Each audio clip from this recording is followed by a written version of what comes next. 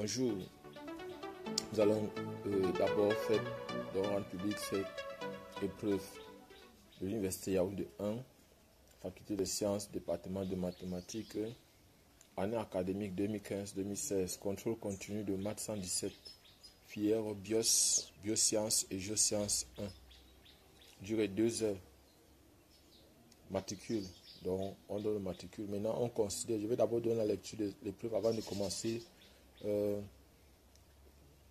la résolution. Et si vous êtes nouveau sur la chaîne, je suis Job Kamdem du groupe de répétition Nabla à Yaoundé au Cameroun. Donc nous faisons dans les répétitions et nous aidons les entrepreneurs à avoir leur premier capital pour pouvoir se lancer dans l'entrepreneuriat, pour créer leur entreprise.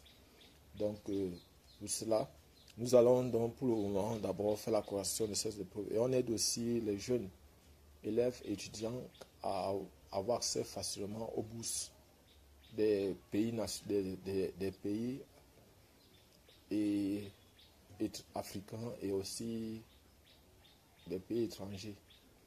Donc voilà, par exemple, on va commencer. On considère l'ensemble, on considère dans grand C l'équation z carré moins 2iz moins 2 égale à 0. Ça, c'est l'équation 1. Petit a, l'ensemble des solutions de l'équation 1 est, il faut trouver l'ensemble des solutions de l'équation 1. Maintenant, petit b, soit z1 et z2, les solutions de l'équation 1 telles que la partie réelle de z1 est supérieure à la partie réelle de z2. On demande de calculer 2 fois z1 plus 3 fois z2. Maintenant, petit 2, soit grand z égale à racine de 6 plus i racine de 2, le tout sur 2. Petit a, le module de grand Z est, et un argument de grand Z est. Petit b, la valeur petit n appartenant à grand N est telle que grand Z est un réel son. Pardon. Petit 3, soit le nombre complexe Z0 égale à 1 plus exponentielle de i pi sur 3 sur 1 plus exponentielle de moins i pi sur 3. Petit a, le module du nombre complexe grand Z0 est. Maintenant, petit b, un argument du nombre complexe Z0 est. Petit 4, on considère la suite UN de terme général UN égale à 2 à la puissance n plus 2 sur 5 à la puissance n, quel que soit n appartenant à grand N. Petit a, la suite UN est-elle arithmétique ou géométrique? Petit b, la raison est, et le premier terme est. Petit 5, soit UN, la suite définie par UN égale, je crois que c'est VN, oui, soit VN, la suite définie par VN est égal à 2 à la puissance 1, plus 2 à la puissance 2, plus point, point, point, plus 2 à la puissance N plus 2, le tout sur 2 à la puissance N. Petit a, V1 égale, V2 égale, V3 égale, V4 égale. Petit b, l'expression simplifiée de Vn en fonction de n est. Petit 3, la limite de Vn quand n tend vers plus infini est. Petit 6, on considère la série Sn de terme général An égale à 2 à la puissance n plus 1 sur 5 à la puissance n. Petit a, la série Sn est une série car.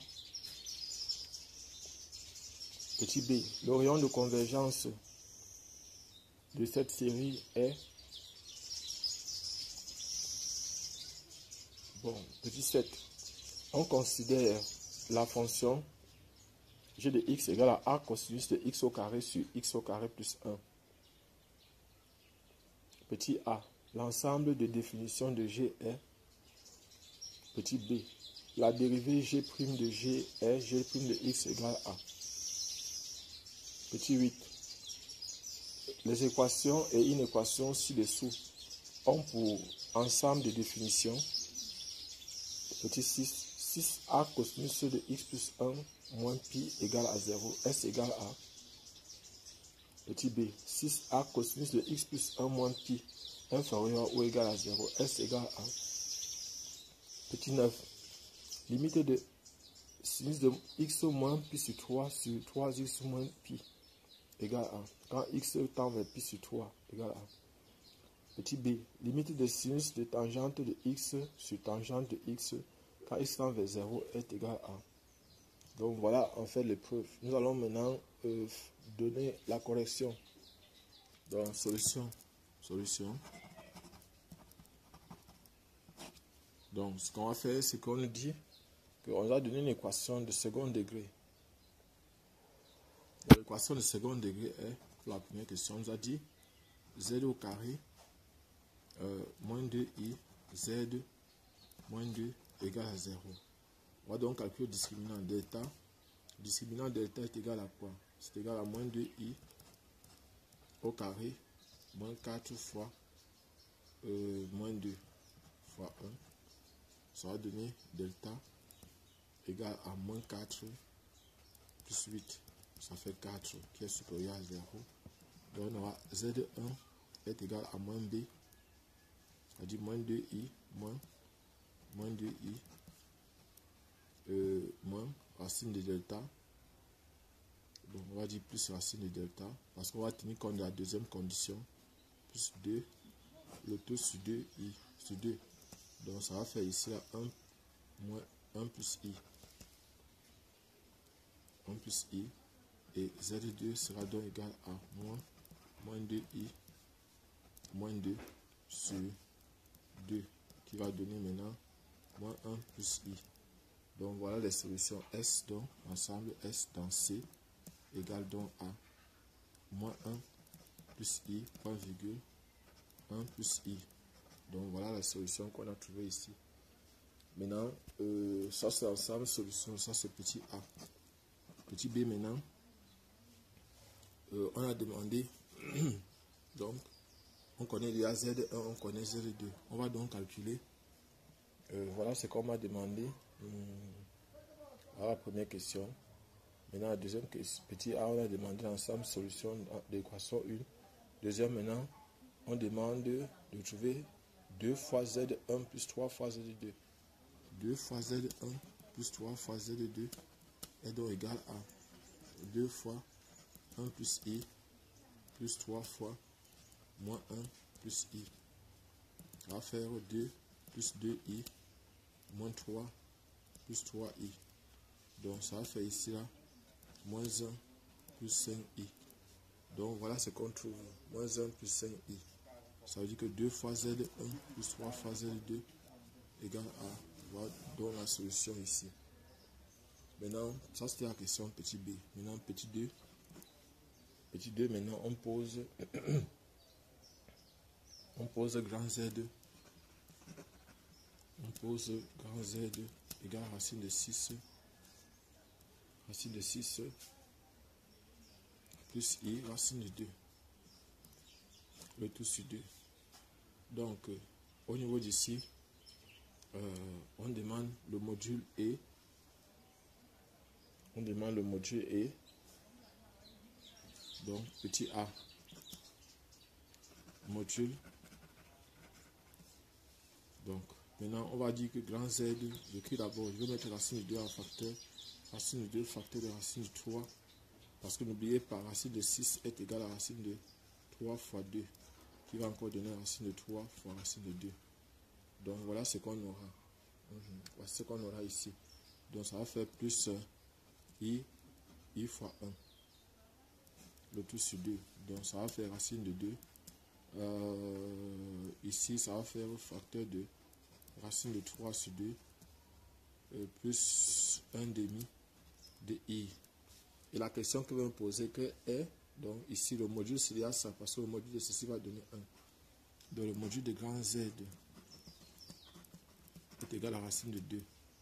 Et pour trouver l'argument de grand Z est encore égal à quoi? Ça c'est petit b. Un argument de grand Z est, donc on a grand Z égal à quoi? Égal donc à racine de 2 facteur de cosinus, l'angle de le cosinus c'est plus 6 plus i sinus de pi sur 6. Donc ça veut dire que un argument de grand Z est égal à pi sur 6. Donc voilà ce qu'on a. Voici ce qu'on a ici. Un argument de grand Z. Donc voilà par exemple ce qu'on a. Voilà. Et il y a un, je ne sais pas s'il est abonné, bon, il m'a fait comprendre que il fallait que je fasse la philosophie sur le raisonnement mathématique. Et on me pose une question, je ne sais pas comment faire la philosophie, pardon. Aidez-moi à faire la philosophie là-dessus. Donc maintenant, on va continuer à répondre aux questions. Donc on me demande maintenant, petit b. Petit b, on me demande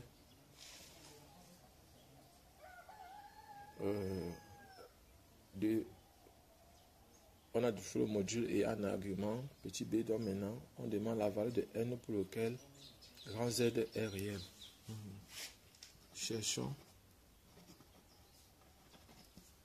n appartenant à grand N tel que grand Z à la puissance n soit un réel.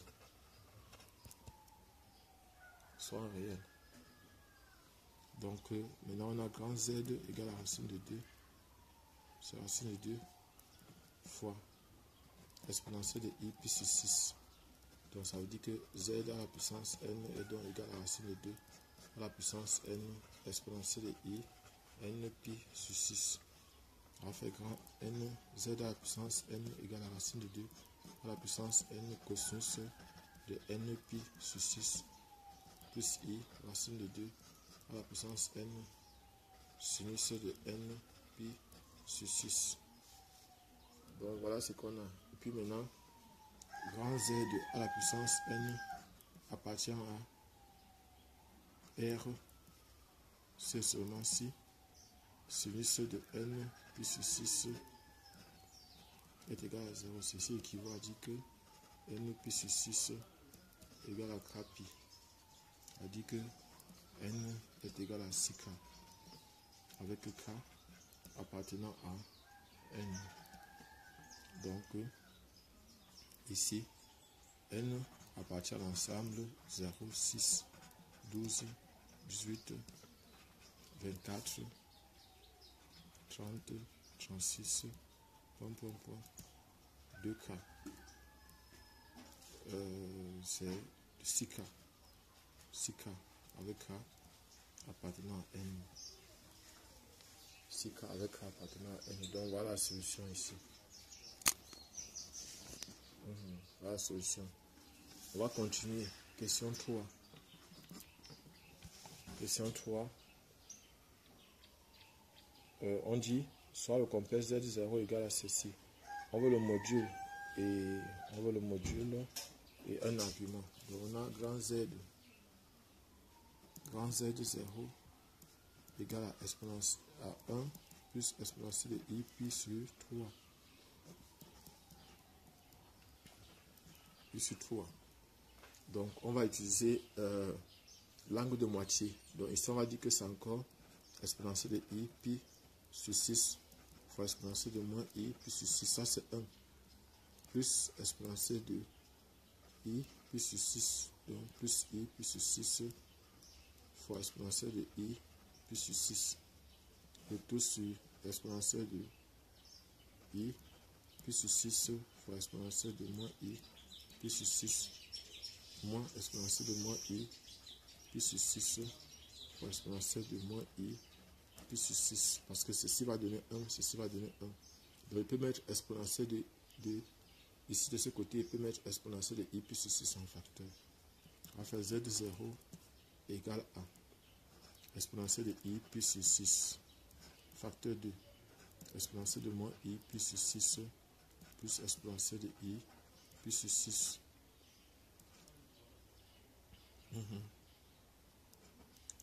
Le tout divisé par, je vais mettre exponentielle de moins i pi sur 6 ici, moins i pi sur 6 facteur 2 exponentielle de i pi sur 6 moins exponentielle de moins i pi sur 6.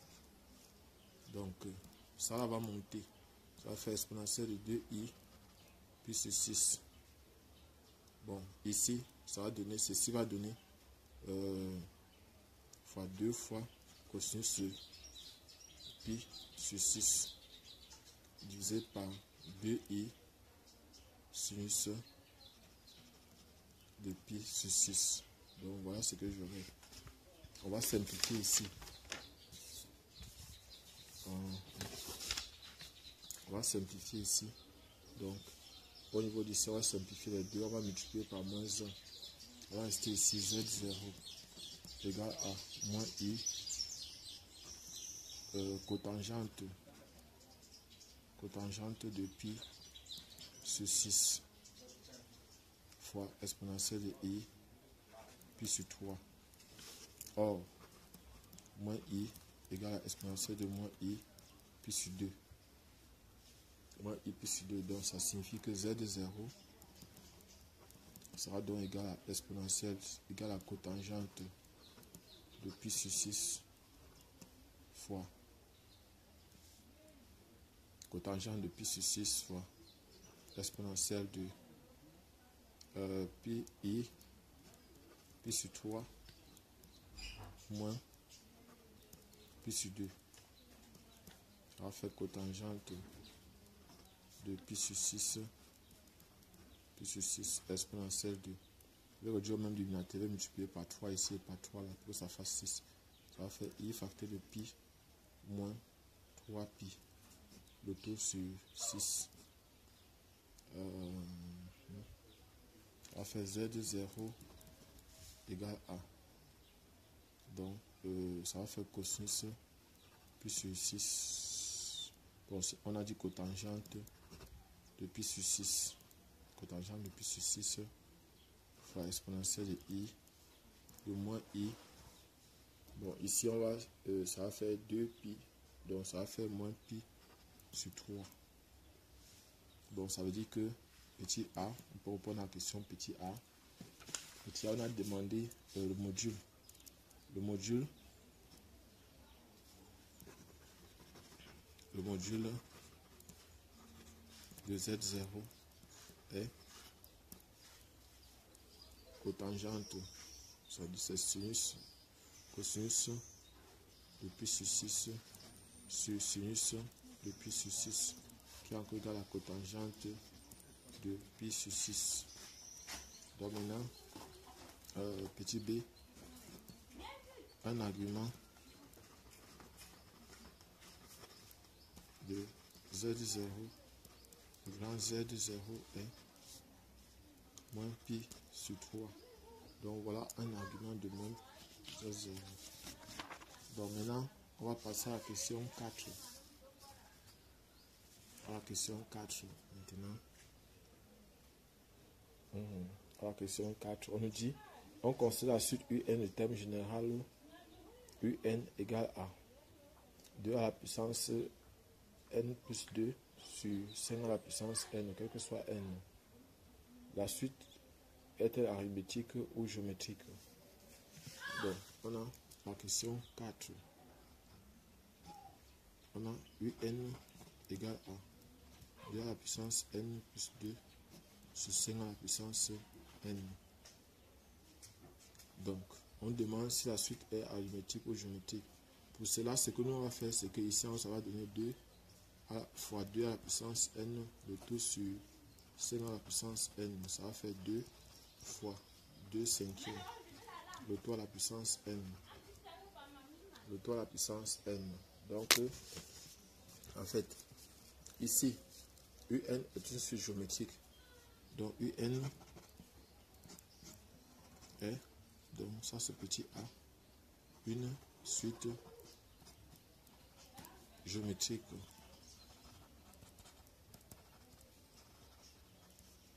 Le premier terme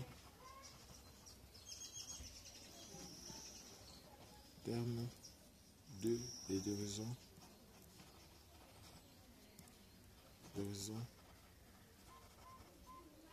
2 cinquièmes. Raison 2 cinquièmes. Et là maintenant, ce qu'on va faire, c'est quoi?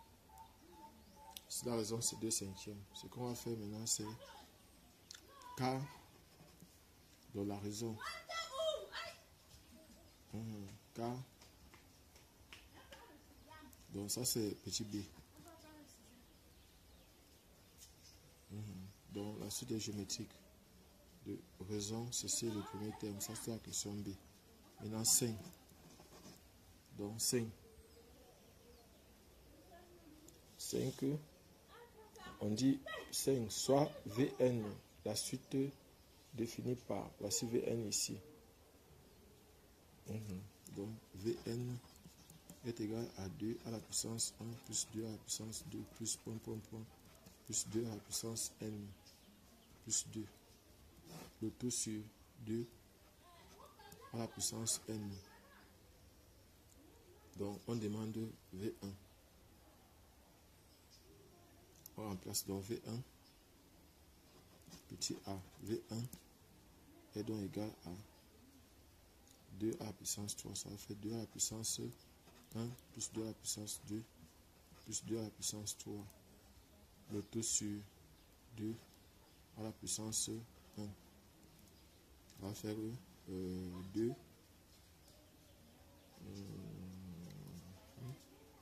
On va faire 2 plus 4 plus 8 sur 2. Ça fait 14, ça fait 7. V2 égale à V2. Donc ça va faire jusqu'à 4. Ça fait 2 à la puissance 1 plus 2 à la puissance 2 plus 2 à la puissance 3 plus 2 à la puissance 4. Le tout divisé par 2 à la puissance 2. Donc ça va faire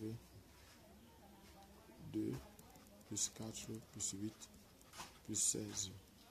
Le tout sur 4. Donc ça va faire ici 14 plus 16, ça fait 30. 30 divisé par 4, ça fait 15 sur 2. 15 sur 2. Maintenant, V3 égale à 2 à la puissance 1 plus 2 à la puissance 2 plus 2 à la puissance 3 plus 2 à la puissance 4 plus 2 à la puissance 5. Le tout sur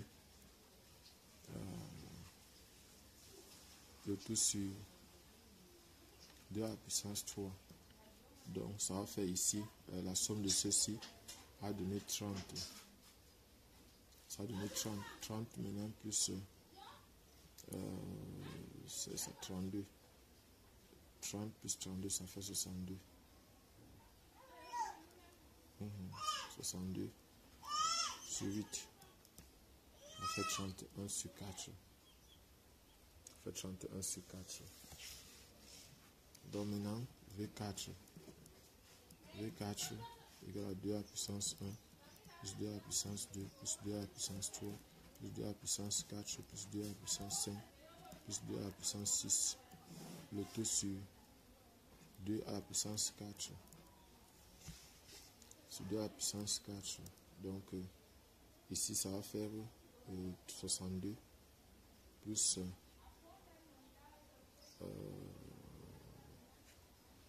ça fait 32. Ça va faire 64.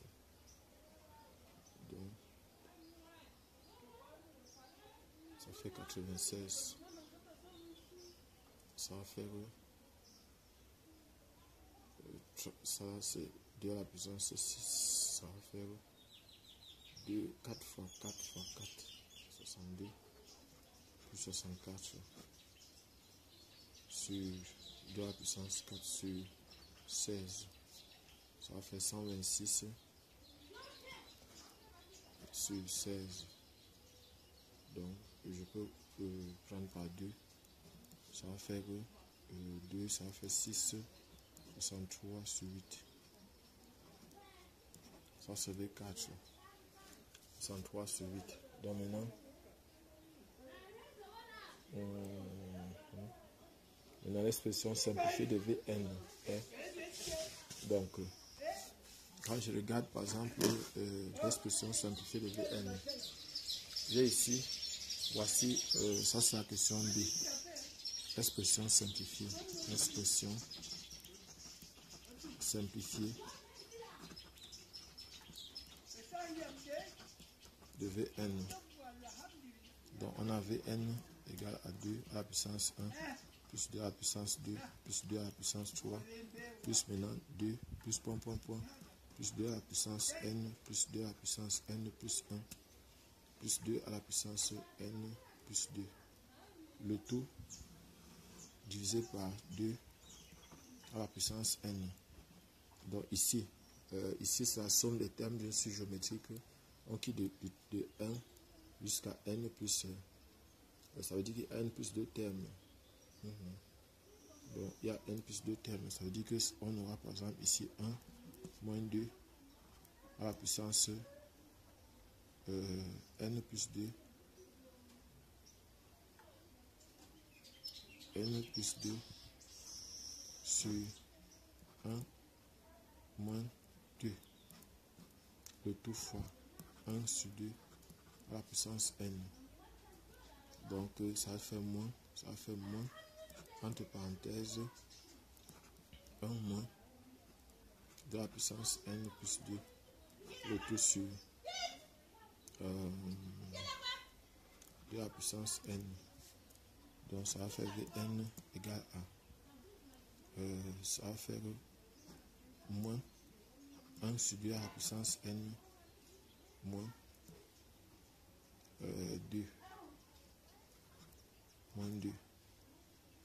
Donc ça va faire Vn égale à 2 moins 1 sur 2 à la puissance n. Donc voilà par exemple ce qu'on va trouver ici. Voilà ce qu'on trouve ici. Donc voilà la réponse finale. Donc maintenant, ça c'est ce qu'on trouve. Voilà.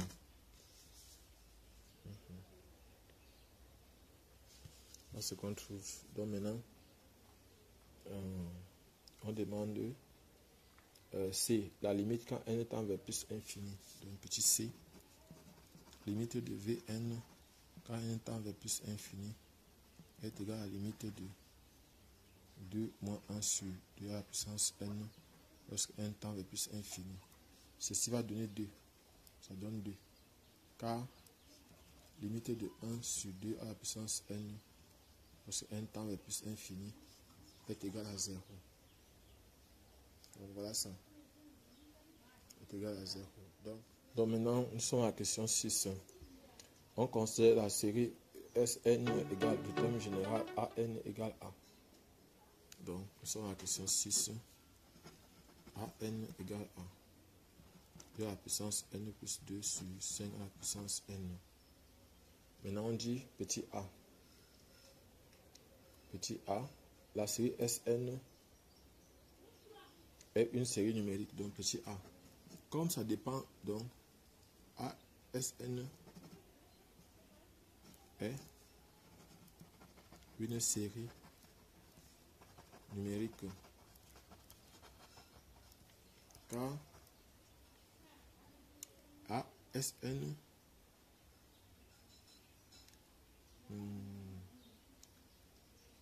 le thème général est une série pas numérique, est une série entière.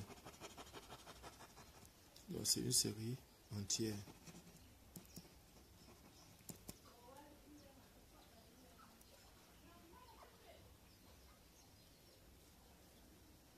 C'est une série entière.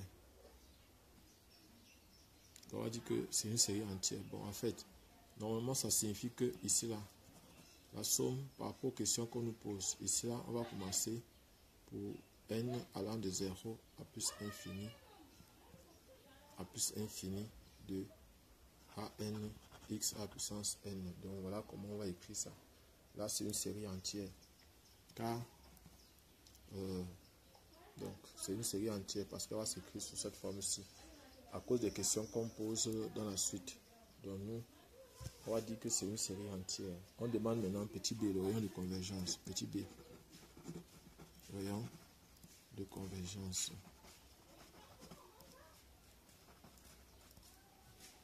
Rayon de convergence. Donc, pour le rayon de convergence, ce que nous on sait, c'est que quoi? Ce qu'on doit chercher à calculer. Bon, normalement, je devais dire que c'est une série entière, c'est une série numérique. Parce qu'on a donné le terme général de la série. Il n'y a pas xn dessus. Il n'y a pas de xn. Normalement, c'est une série. Je vais dire que c'est à cause de la question qui suit qui me fait penser que on peut parler d'une série. Le rayon de convergence, donc maintenant, c'est R. R est égal à la limite de. R est égal à la limite de. Donc, nous devons calculer la limite de. Donc, on a dit de trouver le rayon de convergence de la série. Donc, pour trouver le domaine de le rayon de convergence, R est égal à 1 sur limite de AN plus 1 sur AN.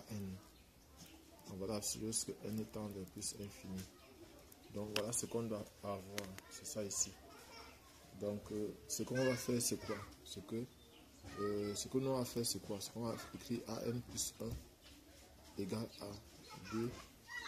Donc, à la puissance n plus 3 sur 5 à la puissance n plus 1. Et maintenant, AN plus 1 sur AN, c'est 7 égale à 2.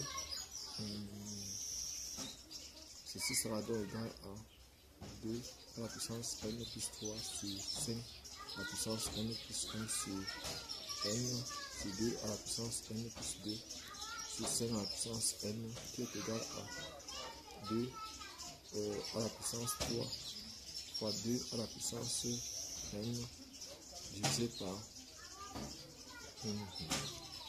2 par 5 à la puissance 5 fois 5 à la puissance n fois 5 à la puissance n divisé par 2 à la puissance 2 fois 2 à la puissance n. Donc après simplification, ceci va donner, on simplifie le n ici. On va aussi simplifier 5 à la puissance n, 5 à la puissance n. On va simplifier, il va rester ici. Et ça va faire 20. Ça va faire 8 sur 20. 8 sur 20. Qui est égal à 4 sur. On peut simplifier par 4. Ça va faire 2 sur 5. Donc, le rayon de convergence, ça veut dire que la limite de. Ça donne R est donc égal à 5 demi. Donc, voilà le rayon de convergence. C'est égal à 5 demi. Donc, voilà ce qu'on entend par rayon de convergence. Maintenant, on va continuer avec les questions. Donc, après ça, on demande, on dit maintenant 7. On dit 7.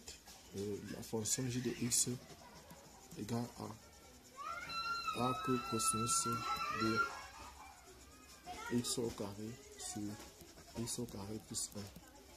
On me demande petit a. Vous trouvez dh. Domaine de définition de dg. dg est égal à quoi? On va dire g de x existe si seulement si moins 1 est inférieur ou égal à x au carré sur x au carré plus 1 inférieur ou égal à 1. Donc voilà ce qu'on a. Maintenant on va résoudre une équation.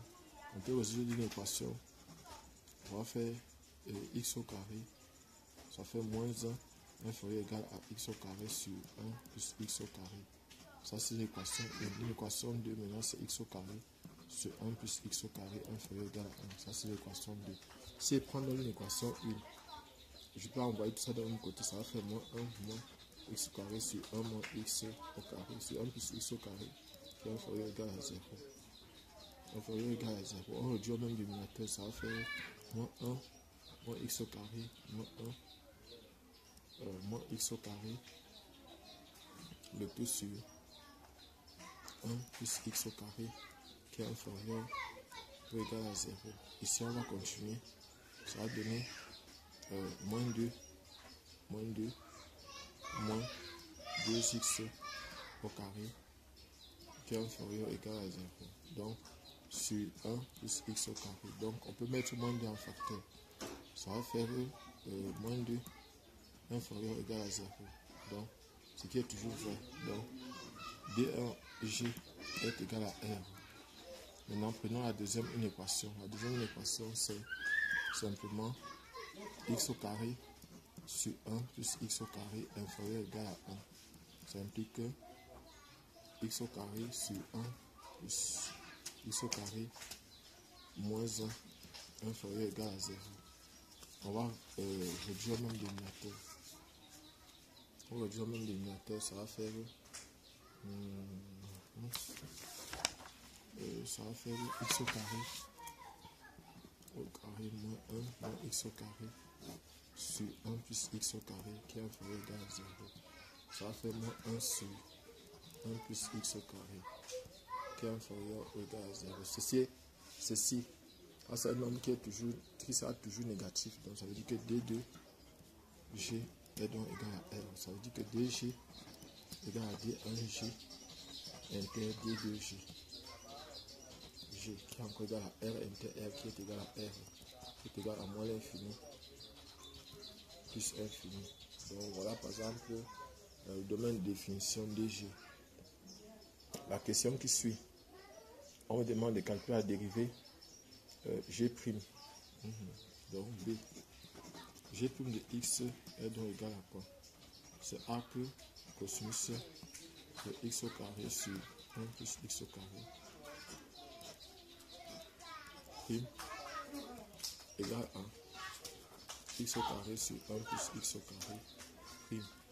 Le tout sur, il y a moins ici, le tout sur racine carrée de 1 moins x au carré sur 1 plus x au carré, le tout au carré. Donc voilà ce qu'on aura. Voilà ce qu'on aura. Maintenant je vais prendre x au carré sur 1 plus x au carré, le tout prime. Ça va faire ici là 2x facteur de 1 plus x au carré moins 2x facteur de x au carré, le tout sur 1 plus x au carré, le tout au carré. Ça va donner ici 2x moins plus 2x au carré moins 4x au cube. Donc ici c'est au cube. Le tout sur 1 plus x au carré, le tout au carré.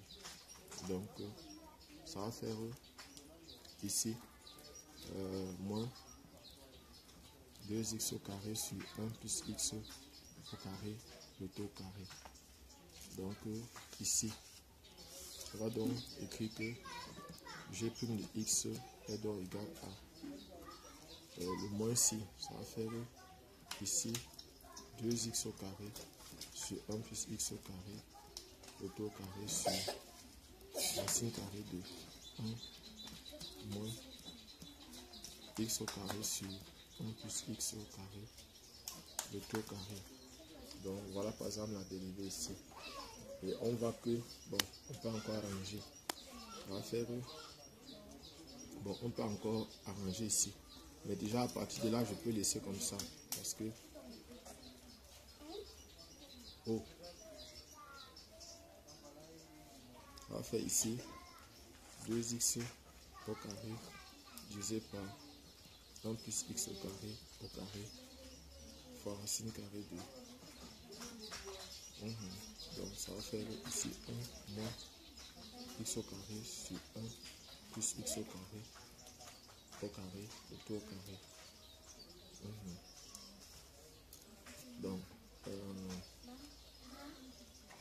Donc voilà par exemple ce qu'on a trouvé comme dérivée. Donc si on veut résoudre ça égal à 0. Donc maintenant on me demande ici les équations et une équation pour l'ensemble. Donc maintenant nous sommes à la question 8. À la question 8, on demande de résoudre 6 arc cosinus de x plus 1 moins pi égale à 0. On demande de résoudre ça. Donc ceci équivaut à dire que arc cosinus de x plus 1 égale à pi sur 6. Et on va composer les deux côtés par cosinus. Donc ça va donner cosinus de arc cosinus de x plus 1 égale à cosinus de pi sur 6. Ce qui équivaut donc à dire que x plus 1 égale à cosinus de pi sur 6, c'est racine de 3 sur 2. Donc ça veut dire que x est donc égal à racine de 3 sur 2 moins 1, qui est égal à racine de 3 moins 2 sur 2. Donc voilà x. Donc s est donc égal à racine de 3 moins 2 sur 2. Donc voilà la solution. Maintenant, petit b, 6 arc cosinus de x plus 1 moins pi, qui est donc inférieur ou égal à 0. On envoie ça de l'autre côté. Ça va faire donc arc cosinus de x plus 1 est inférieur ou égal à pi sur 6. Or, x tend vers cosinus de x est une fonction décroissante sur l'intervalle ouvert moins 1, 1. Sur l'intervalle ouvert moins 1, 1. Donc ça signifie que on aura donc le cosinus de arc cosinus de x plus 1. La cosinus de x plus 1 sera donc comment? Ça sera donc supérieur ou égal à cosinus de pi sur 6. Ce qui implique que x plus 1 est donc supérieur à racine de 3 sur 2. Ce qui implique que x est donc supérieur ou égal à racine de 3 moins 2 sur 2. Donc voilà ça. Ça signifie que, bon, déjà, on devait chercher aussi, bon, maintenant, on va chercher le domaine de définition. Nous allons chercher le domaine de définition de la fonction x. Donc ça signifie que, donc on va chercher le domaine de définition là. Si on a x tend vers arc cosinus de x plus 1, alors le domaine de définition c'est moins 1 inférieur ou égal à x inférieur ou égal à x plus 1 inférieur ou égal à 1. Donc on va ajouter moins 1 partout, ça va faire moins 2 inférieur ou égal à x inférieur ou égal à 0. Donc ça veut dire que ici la fonction c'est, ça veut dire que le domaine de définition ici c'est, donc le domaine de définition ici est l'intervalle moins 2, 0. C'est moins 2, 0. Le domaine de définition de la fonction. Donc ça signifie que pour trouver la solution ici, on va donc avoir ici, on a aussi la solution, c'était x supérieur. Donc on va avoir ici moins 2, on va avoir 0 ici, on va avoir ici racine de 3 moins 2, le tout sur 2 qui est ici. Et on a x donc qui est supérieur à ça, x qui est supérieur à ça. Ça veut dire donc que la solution ici c'est l'intervalle fermé, racine de 3 moins 2 sur 2, 1,0. Donc voilà par exemple le domaine de 2. Voilà par exemple la solution ici. Maintenant, il nous reste ces deux limites 9. Il nous reste ces deux limites. Et on va, pour calculer ces deux limites, on va utiliser Hospital. Donc 9, on a la limite de sinus de x moins pi sur 3 sur x moins 3x moins pi.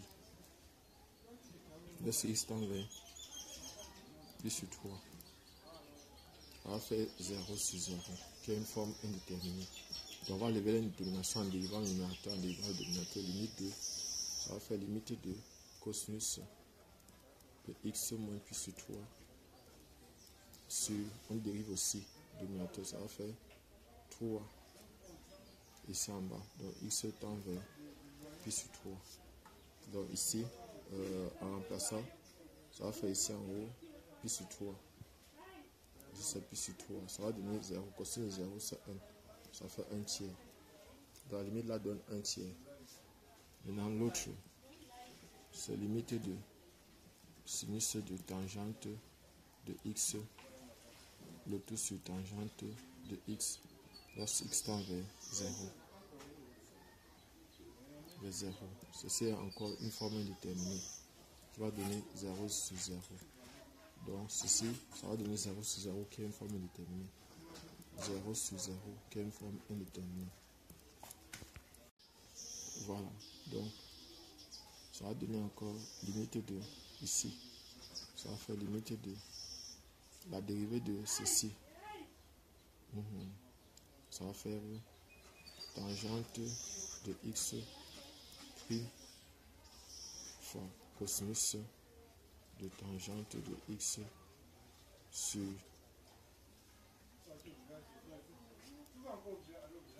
dérivée de tangente de x prime lorsque x tend vers 0. Lorsque x tend vers 0, donc on va simplifier. Ça va rester simplement limite de cosinus de tangente de x lorsque x tend vers 0. Ça va donner 0, ce qui fait que la limite là va donner au total 1. La limite là donne 1. Voilà ce qu'il fallait faire. Abonnez-vous, partagez la vidéo, mettez ça pour de multiplication. Merci.